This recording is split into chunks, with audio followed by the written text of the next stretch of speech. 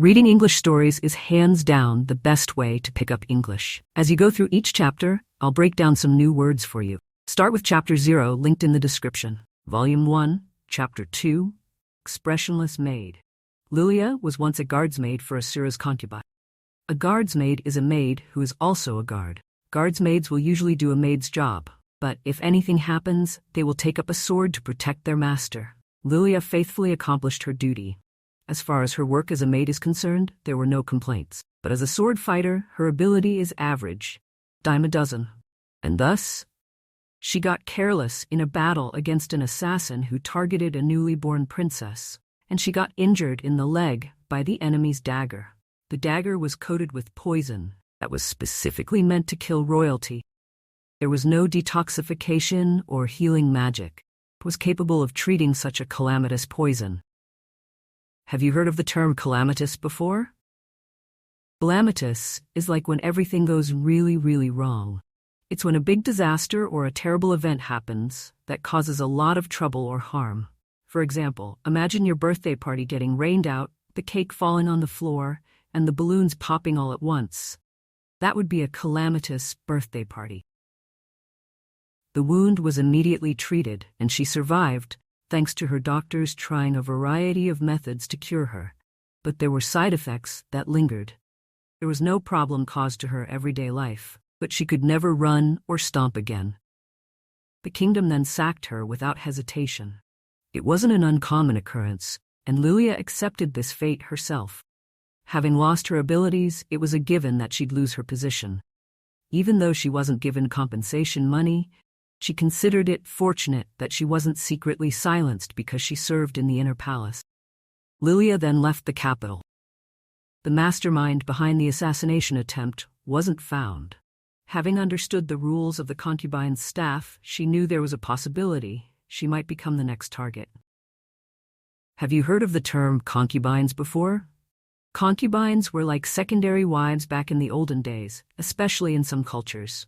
They were not the main wife but had a special relationship with a man, kind of like a wife, but not exactly. For example, in ancient China, wealthy men often had concubines who lived in a separate part of the house and had children with them, in addition to their main wife. Perhaps the palace let Lilia wander to leave to lure out the mastermind. She always wondered why she, who had no significant background, had been accepted in the inner palace. It was now that she finally understood. They simply wanted to hire maids who could be used and discarded. No matter the reason, however, she had to leave the capital as quickly as possible for her own safety. Even though the kingdom treated her as bait, she had no obligation to stay, as she was not ordered to in any way. And she had no sense of duty to fulfill. Lilia discreetly switched stagecoaches while traveling and arrived at the Fedowa region, which had extensive agricultural lands and was located at the border. It was a relaxing place of vast wheat fields, with the exception of the fortress city Roa, where the ruler lived. Lilia intended to find work there. But as her leg was injured, she was unable to find a job that required physical strength. She could resort to teaching swordsmanship, but it was best for her to be hired as a maid, because the salary was higher. At this border, there were many who could wield a sword, and many who could teach swordsmanship. A maid thoroughly versed in domestic affairs was relatively rare. Since the supply was so little, the salary would be bigger. However, it would be dangerous for her to be hired by the ruler of Fedowa, or any high-class nobility of similar status. Such people would surely have relations with the king. If they knew she was a maid who once worked for the concubine's palace, there was the possibility that she would be treated as a political tool. And for that reason, Lilia stayed far away. She didn't want to experience a near-death situation again. Even though it was a little unfair to the princess, Lilia hoped to stay far away from the royals' contention for power. But if her salary was too low, then there wouldn't be enough money to send to her family. Trying to find a safe job and a guaranteed salary sure wasn't easy. After running around everywhere for nearly a month, Lilia came across a recruitment note. A lower-class knight from Buina village, located in the Fedowa region, was looking to hire a maid. On the top of that, The note said he would give special priority to someone with experience in taking care of children, or who had knowledge of midwifery. Buina was a tiny village on the edge of Fedoa. A village among villages, an extremely rural village. It was very inconvenient, but this was the place that she sought. The employer being a lower-class knight was also an unexpectedly fine find, and most importantly, she recognized the prospective employer's name. Al-Greyrat. He was Lilia's protégé. A noble's profligate son, who on one day suddenly barged into the dojo where Lilia was learning swordsmanship. Have you heard of the term protégé before? A protégé is like a student or apprentice who is guided and helped by someone more experienced, like a mentor. It's someone who is supported and encouraged to learn and grow by a more seasoned person. For example, Sarah was a talented artist who took Mia as her protégé, teaching her different painting techniques and helping her develop her artistic skills. According to him, he had left home after a quarrel with his father and had come to the dojo to learn swordsmanship. Albeit a different style, he too did study swordsmanship at home, and soon after, surpassed Lilia. Lilia was not amused by this fact, but she had since understood that she had no talent, and gave up. Po, who was utterly brimming with talent, was later banished from the dojo after making a mistake. He only left Lilia a single sentence: "I'm becoming an adventurer. A man like a tempest." It was 7 years since they went their separate ways. At that time, he had actually become a knight and gotten married. Though she didn't know what sort of hurdles he had experienced in his life, Paul wasn't a bad guy as far as Lilia could remember. If she told him about her problems, she was sure that he would help her. If that didn't work out, then she would just mention some past events. There were a few things she could use to negotiate. Having contemplated all these factors, she headed to Buina. Paul employed Lilia without any fuss. It seemed he was really anxious as his wife Zenith was about to give birth. Lilia had been taught extensively in midwifery for the princess's birth. Moreover, she was someone that Paul was acquainted with and he knew her background. Lilia was received with a warm welcome. Her salary was also more than what she had expected. So her wish was achieved. Child was born. There weren't any labor issues or anything. It went just as she was trained for in the inner palace.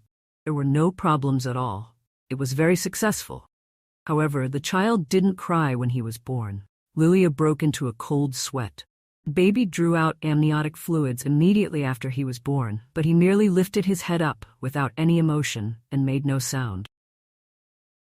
Have you heard of the term amniotic before? Amniotic is a fancy word that talks about a liquid that surrounds a baby in its mother's belly. It's like a special cushion that keeps the baby safe and cozy while it grows before birth. For example, the doctor used a special tool to check the levels of amniotic fluid around the baby to make sure it was healthy and growing well inside the mother's womb. The expressionless face was reminiscent of a stillborn child. Lilia touched the baby and he had a heartbeat. He was breathing too, but he just wasn't crying. Lilia remembered the words of a senior guardsmaid, that babies who don't cry at birth usually have complications. The instant when she thought of this, ugh, ah. The baby looked over to her and mumbled something in his grogginess. Lilia relaxed after hearing that. Even though there was no evidence for it, she felt that there would be no problems. The child's name was to be Rudis. He was an uncanny child, never crying or fussing. At first she assumed his body was slightly weaker and that taking care of him wouldn't require much effort. But such a notion only occurred at the beginning. After Rudius learned how to crawl, he started to move everywhere in the house. Everywhere in the house. Kitchen, back door, storage, cleaning equipment place, fireplace, etc. He even climbed onto the second story, though one couldn't imagine how he did so. Either way, he would disappear whenever nobody kept an eye on him. But he would always be found somewhere in the house. Rudius never left the house.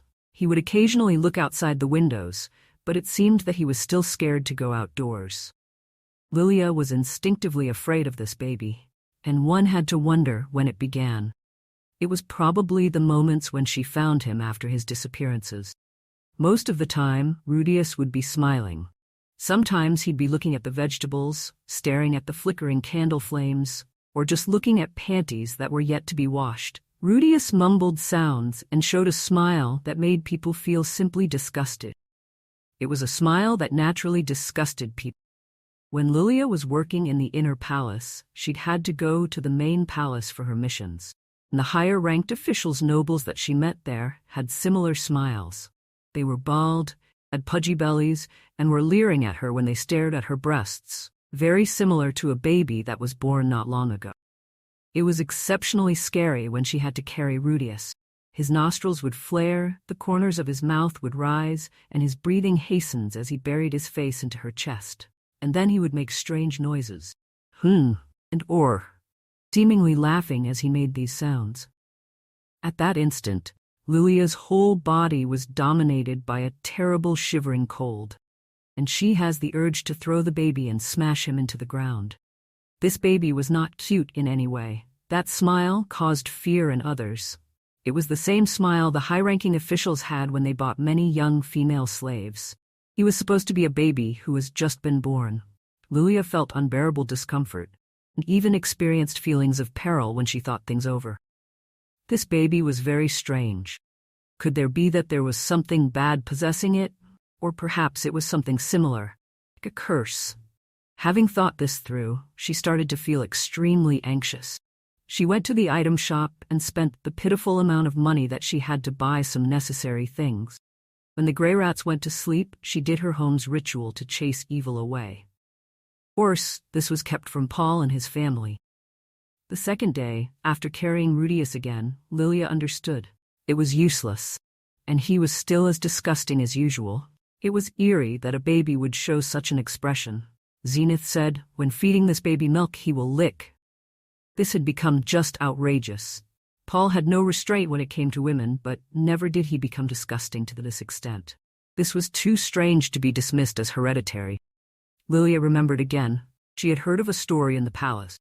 In the past, an Asuran prince was possessed by a demon. To revive that demon, he would crawl around on his limbs every night. And when an unsuspecting maid hugged him, Prince stabbed her with a knife hidden behind him, killing her. It was too scary. Is Rudius something like that? There was no doubt. He was that kind of devil. He's still obedient for now, but one day he'll awaken, and when everyone is asleep, one by one he'll... It's too early to decide this. I shouldn't have taken this job. I'll get attacked sooner or later. Lilia was a person who seriously believed in such superstition. During the first year of her work, she was still afraid of him, but she didn't notice when Rudius's unpredictable movements started to change. He didn't disappear as and when he wanted, and usually stayed in Paul's study on the second floor. Speaking of the study, it was just a room with a few books. Rudius stayed there without leaving. Lilia secretly observed him and found him mumbling to himself while reading a book. It was a meaningless mumble, or was supposed to be, at least, for it wasn't a commonly used language in the central continents. It was still too early for him to be learning how to talk. Of course, he had yet to be taught alphabets. He was just an infant looking at a book and making random sounds. Or else it would be just too strange. Lilia always had the feeling that those sounds carried meaning and structure. Rudius seemed to understand the contents of the book. It was too frightening. Lilia always thought that when she observed Rudius from the gap in the door jamb. However, she never felt disgusted with him for some inexplicable reason. Come to think of it, that unknown source of discomfort gradually disappeared from the moment he confined himself to that room. Though he occasionally showed his disgusting smile while she carried him, it didn't feel unpleasant. He wouldn't bury his face into her chest, and he wouldn't suddenly pant. Why had she always found him scary? Recently, she began to feel that he was sincere and hard-working, and didn't want to disrupt him. Zenith seemed to share her sentiments. After that, Lilia felt that not to care for him was better. It was an idea that went against common sense. In fact, it was abnormal for human beings not to care for a child that was born not long ago. But recently, there were signs of knowledge in Rudius's eyes. He showed only Chikan eyes a few months back, but at this point, there was a strong will and dazzling knowledge in them. What should she do? Even though she had knowledge of taking care of children, The inexperienced Lilia found it hard to discern. She couldn't remember whether it was her guardsmaid senpai or her mother back in her hometown who said this, that there was no one correct way to bring up a child. At the very least, she no longer felt disgusted, uncomfortable, or frightened. So she decided it was best not to disturb him, and let him revert back to how he was originally. Let's just leave him as he is. Lilia finally concluded. After each chapter, I'll run through the previous vocab again for you. If you forget any, just check the description for the meanings. Calamitous, concubine, protege, amniotic, arrogant, perspective, chanting, placate, neat, ichikomori, accomplishment, excruciating. If you dive into English stories and pick up some words daily, you're definitely making progress. Nice work. Keep it going.